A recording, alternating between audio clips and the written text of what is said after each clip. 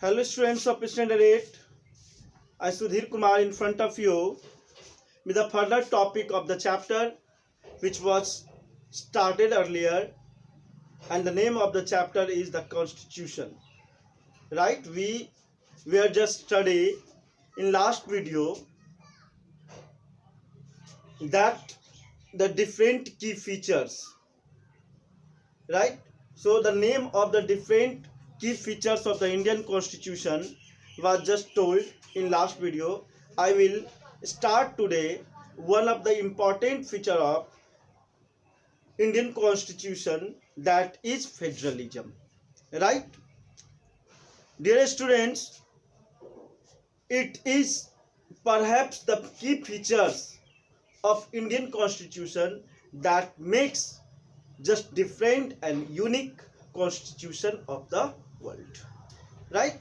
Whatever the different features we will study, that will just give you a, a clear cut concept in your mind that how our country is just running and what are the different benefits, different privileges, different unique advantage are just mentioned in our Indian Constitution. Right? That's why Indian Constitution is a model for whole democratic country of the world. Right? After making of Indian Constitution, there were many countries of the world just followed the model of India. Right? You can take example of South Africa. Right? So now you have to understand what is federalism. Right? Whenever we will talk its Hindi meaning of the federalism, then you can say संघीय ढांचा.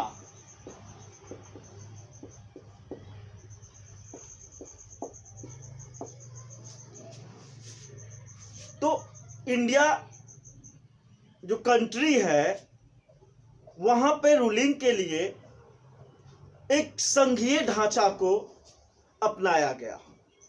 ठीक है. Now it may be possible, there are so many questions are just arising in your mind. Right? So before understanding it, it is necessary that we just understand what is meaning of federalism. Right? Dear students, you will study in the standard 10 in very details what is federalism. Right now you have to just introduce with this term. Right? So the federalism means existence of more than one level of government. Right? Existence of more than one level of government. एक से ज्यादा level में सरकार का होना. Now it may be possible that why there is need of more than one level of government. Right? Why there is need of federalism. ऐसी क्या आवश्यकता पड़ी कि हमने फेडरल फॉर्म ऑफ गवर्नमेंट को अपनाया.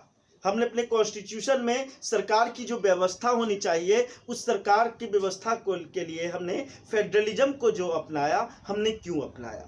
Right? Dear students, as you see the whole country, you will find that there are various caste people, different language people, different tradition people, different language speaking peoples are just living in different corner of the countries. Right? So these all peoples need and necessity cannot be fulfilled accurately and properly by one level of government, one unit of government, because there is very different priorities and very different needs of every group of peoples just living in different corner. अलग अलग क्षेत्र में जो रहने वाले लोगों हैं, जिनकी भाषाएं अलग है, जिनकी ट्रेडिशन अलग है, जिनकी कल्चर अलग है, जिनका लाइफ स्टाइल अलग है, जिनका ऑक्यूपेशन अलग है, उन सारे लोगों को एक रूलिंग से यूनिफॉर्मली रूल करना शायद पॉसिबल नहीं हो पाता, या यू कैन से कि रूलिंग जस्टिफिकेबल, न्याय संगत नहीं हो पाता। डिफरेंट कम्युनिटी अपने आप को एलिनेटेड फील करते, अलग थलग। आप देखते हो कहीं पे ट्राइबल्स है, कहीं पर ज़्यादा फॉरेस्ट्री रीजन्स ही है, कहीं हिली रीजन है, कहीं माउंटेनरी रीजन है, कहीं प्लेन रीजन है। तो डिफरेंट जो ये कम्युनिटीज हैं, इन सारे कम्युनिटीज को इंडिविजुअली सारा वेलफेयर, सारा नीड और वेलफेयर सही रूप से हो, that's why there is need of one level of government, more sorry there is need of more than one level of government, right. Let an example of your school, right. हम अपने school का example लेते हैं। हमारे director sir हैं, हमारी principal ma'am है, हमारे वाइस प्रिंसिपल हैं, एग्जामिनेशन डिपार्टमेंट है, सारे टीचर्स हैं, राइट। आप देखते हो क्या जितने भी कंपोनेंट्स हैं स्कूल में रनिंग करने के लिए, वो सारे कंपोनेंट्स क्या अकेले डायरेक्टर सर देखते हैं? नहीं देखते हैं। उन्होंने डिफरेंट वर्क के लिए डिफरेंट वर्क प्रॉपरली हो, जिससे कि स्टूडेंट्स का सही नीड फुलफिल हो। इसके लिए अकाउंट सेक्शन अलग किया गया है कि वहाँ पर केवल अकाउंट को सही रूप से मेंटेन किया जाए, स्टूडेंट्स का पेमेंट टाइम जो आ रहा है उसका सही रिसिप्ट उनको मिले, सब कुछ के लिए एक अलग अकाउंट सेक्शन है। झा जी सर देखते हैं उसको, मनीष जी देखते हैं उसको, बच्चे की एडमिशंस, सीबीएसई रिकॉर्ड्स, डॉक्यूमेंट्स, इसको मनीष जी देखते हैं। उसी तरह से एकेडमिक वर्क को देखने के लिए वाइस प्रिंसिपल हैं, वो देखते हैं कि रूटीन्स कैसे सेटअप करना है, क्लासेस कैसे रन करेगी, कोई क्लास लेजर ना जाए, ठीक है, वो वर्क को देखते हैं। उसी तरह से मान के चलिए एग्जामिनेशन वर्क है, एग्जामिनेशन कैसे यूनिट टेस्ट एग्जाम लेना है, कैसे फॉर्मेटिव एग्जाम लेना है, कैसे समेटिव एग्जाम्स लेना है, इसको देखने के लिए मान के चलिए एग्जामिनेशन डिपार्टमेंट है, ठीक है। और टीचर्स जिनको कि अपने क्लास और अपने सिलेबस की लिमिटेशन दिया गया, तो everyone are just responsible for playing their role, but the purpose is what? The purpose is just to give adequate and sufficient and better education to all students. If only director sir will see everything, then it may be possible that every students will not get justiceful study. Then how can he teach, how can he manage, how can he pay salaries, how can manage the account system, everything. So different levels are just formed in our school to monitor the activities of the study and the academic, just given the responsibility of Alok sir. The academics classes and for classes and routines for the senior section, it is given to the vice principal sir, Ranjan sir, right, as he will responsible for monitoring and seeing the every entities of academic development of students of senior sections from 6 to 10, right. Now the students and everyone has to just report to the director sir, the accounts development, accounts work, the academic works, the examination work, every one component is just reporting to the director sir, right?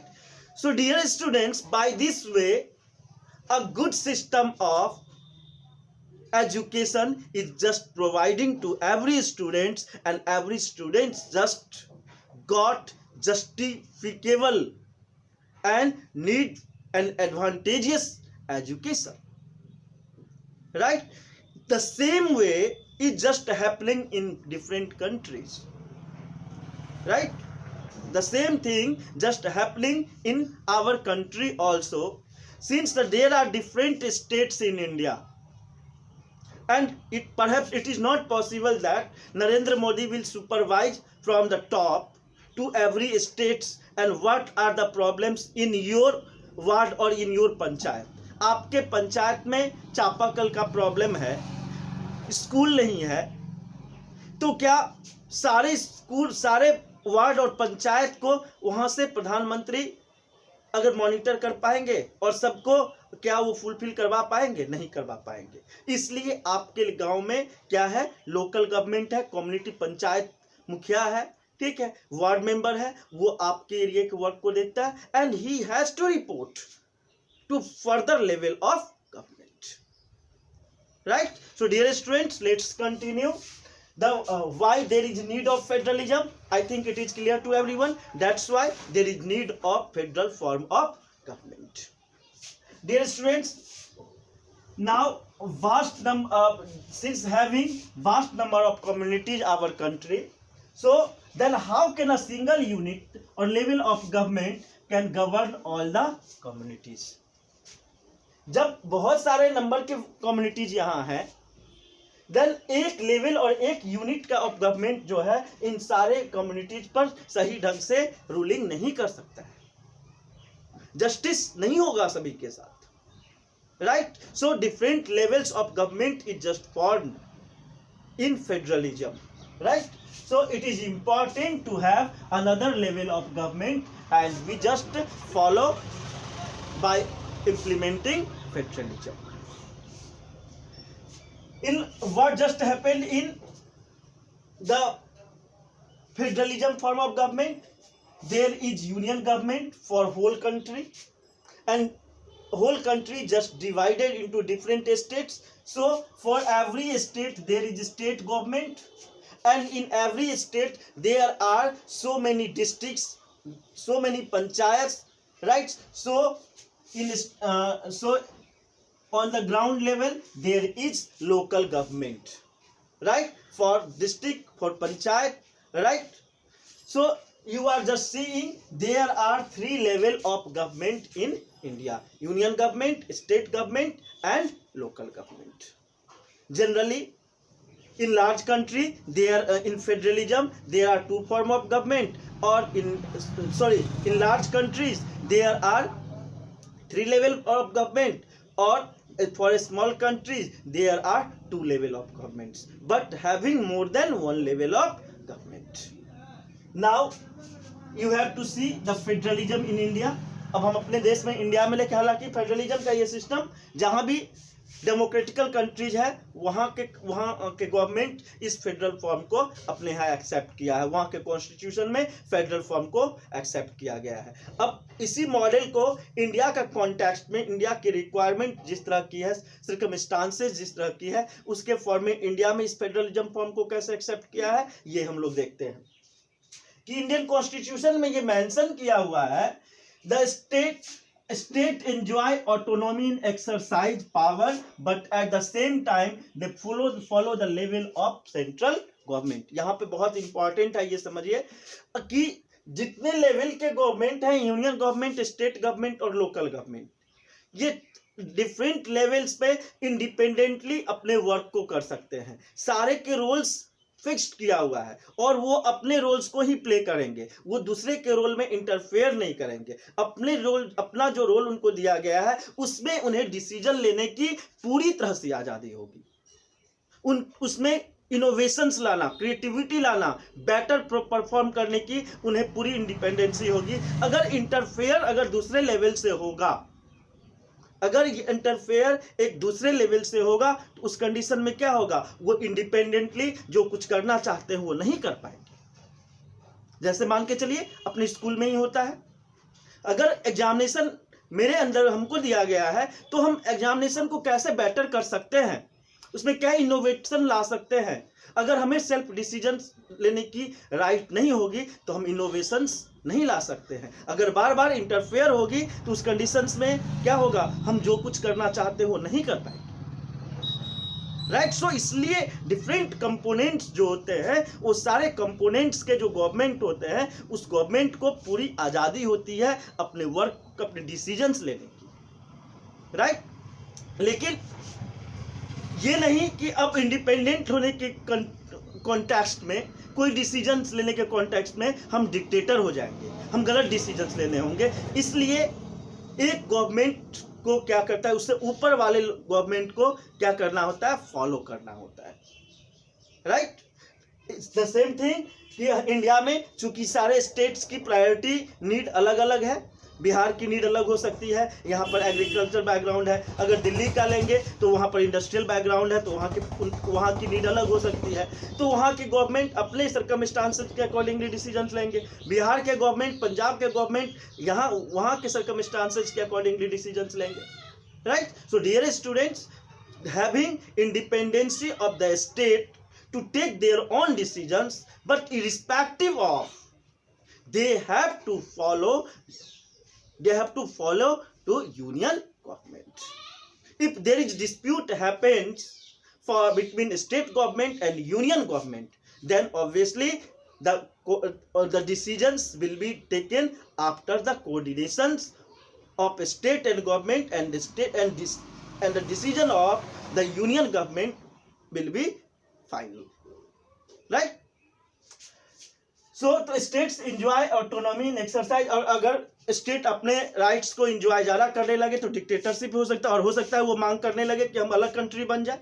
इसलिए उसको क्या होता है, उसको वो bounded होता है, union government को फॉलो करना पड़ता है लास्टली उसे, राइट।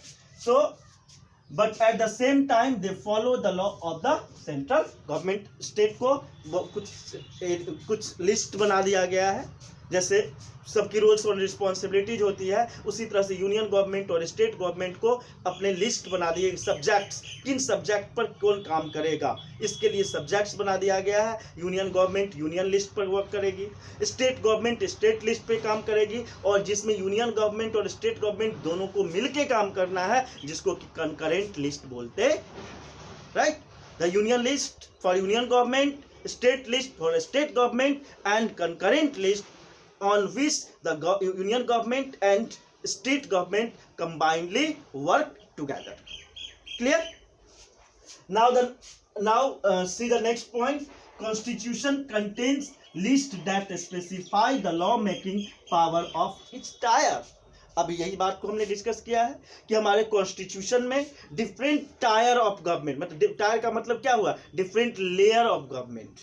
तो यूनियन गवर्नमेंट और स्टेट गवर्नमेंट दोनों गवर्नमेंट के लिए या कम्युनिटी गवर्नमेंट सभी के लिए सब्जेक्ट और मैटर दे दिया गया है। उन सब्जेक्ट और मैटर्स पे वो वर्क करेंगे। जैसे हमारे स्कूल में है, जिनके सभी का क्या है, अपना रोल है, उनका टायर है, उस रोल है, और उनकी ड्यूटीज है, उस ड्यूटीज के अकॉर्डिंगली अपना वर्क करेंगे, right. Now next, it specify the source of money for each tyre of government, right. It specify the source of money. अब यूनियन गवर्नमेंट के जो एक्सपेंडिचर्स हैं, स्टेट गवर्नमेंट के जो एक्सपेंडिचर्स हैं, जो खर्चे हैं, एक्सपेंसेज हैं, how can they manage, how the income be come to union government and how income just come to the state government, right. So as you have just listen the name state GST, union GST, ये क्या है, मतलब sources of income union government के लिए और state government को भी constitution में स्पेसिफाई कर दिया गया है कि अगर एग्रीकल्चर से या गवर्नमेंट के एम्प्लॉय के टैक्स से यूनियन गवर्नमेंट के पास आएगी तो 70% जो है वो यूनियन गवर्नमेंट स्टेट गवर्नमेंट को रिटर्न करेगी और 30% अपने पास रखेगी। या स्टेट गवर्नमेंट के लिए स्पेशल जीएसटी टैक्स आ रहा है या दूसरा टैक्स आ रहा है तो स्टेट गवर्नमेंट उस इनकम से सारे एक्सपेंसेस करेगी, राइट। मींस किस मनी को यूज करके यूनियन गवर्नमेंट को वर्क करना है और स्टेट गवर्नमेंट को वर्क करना है, it is specified clearly in constitution of our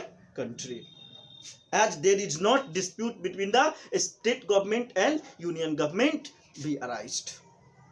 Right now, under federalism, the states are not merely agent of the federal government, but their authority from constitution as well.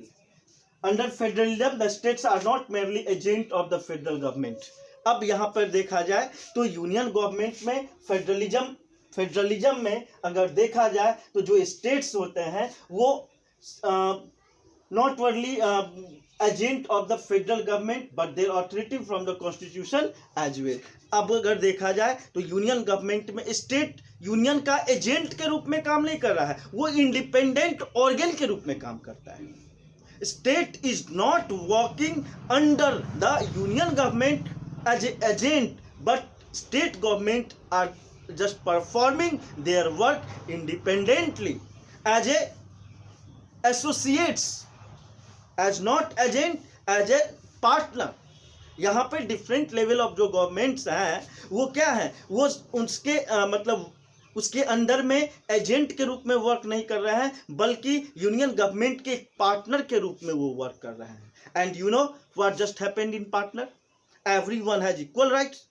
अगर एक business में 3 partner हैं तो तीनों का अपना अपना rights है और तीनों मतलब पैरेलली वर्क करेंगे, किसी के अंदर में वर्क नहीं करेंगे, नीचे वर्क नहीं करेंगे. तो डिफरेंट गवर्नमेंट्स जो हैं, वो यूनियन गवर्नमेंट हो, स्टेट गवर्नमेंट हो या कम्युनिटी गवर्नमेंट हो, ये सारे गवर्नमेंट के डिफरेंट पार्टनर्स हैं जो कि कंबाइंडली पूरे कंट्रीज के ऊपर रूलिंग प्रोवाइड करते हैं. They just perform their duties as just mention in the constitution.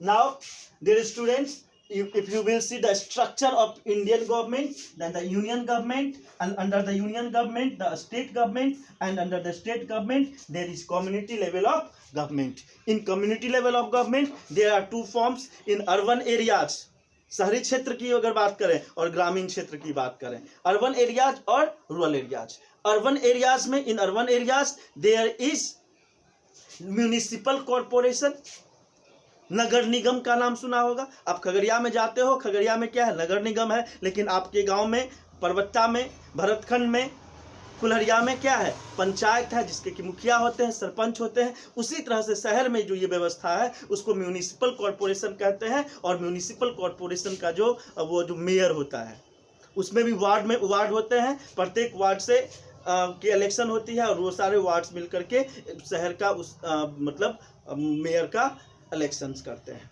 Right. उसी तरह से जो बड़े महानगर हमारे हैं वहाँ पर क्या है, वहाँ पर जैसे दिल्ली, मुंबई, कलकत्ता, चेन्नई, इनके लिए क्या है, लार्ज म्यूनिसिपल कॉर्पोरेशन है. ठीक है, म्यूनिसिपैलिटीज होता है स्मॉल में, और म्यूनिसिपल कॉर्पोरेशन जो होता है लार्ज सिटीज में होता है. तो इस तरह से ये डिफरेंट लेयर पे रूलिंग होती है, जो प्रत्येक लेयर पे लोगों की जो रिक्वायरमेंट है वहाँ की गवर्नमेंट उसको फुलफिल करने की काम करती है.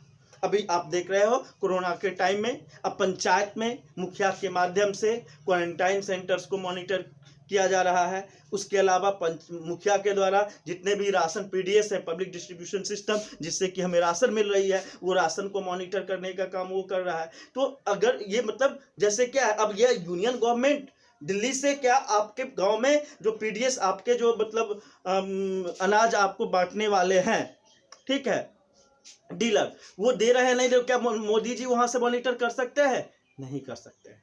इसलिए ये वर्क जितना बेटरली आपके मुखिया कर सकते हैं, शायद वहां से यूनियन गवर्नमेंट नहीं कर सकता है. आप जितना होमवर्क कर रहे हो या नहीं कर रहे हो, आपकी जितनी प्रोग्रेस हो रही है या नहीं हो रही है, ये जितना आपके क्लास टीचर, आपके सब्जेक्ट टीचर्स मॉनिटर कर सकते हैं, देख सकते हैं, शायद उतना हमारे डायरेक्टर सर और प्रिंसिपल में हम प्रिंसिपल मैडम या वाइस प्रिंसिपल सर नहीं कर सकते. Clear?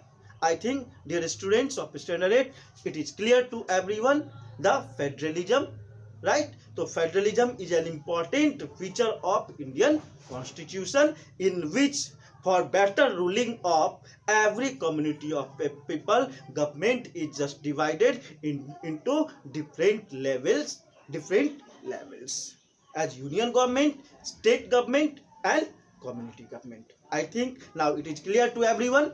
Now in the next video, we will see the another feature of Indian Constitution, and that will be parliamentary form of government.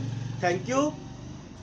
Have a nice day. Bye bye. I hope you are just making your notes properly and just continue with your classroom. Thank you. Have a nice day.